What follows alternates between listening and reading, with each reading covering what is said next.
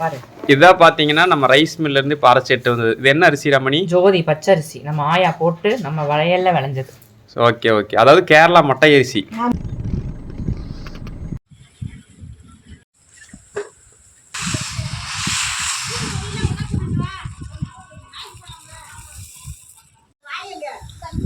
இன்னைக்கெல்லாம் என்னங்க suit case, அன்னைக்கு இருக்க ட்ரெங்கு பெட்டியை மட்டும் பாருங்க.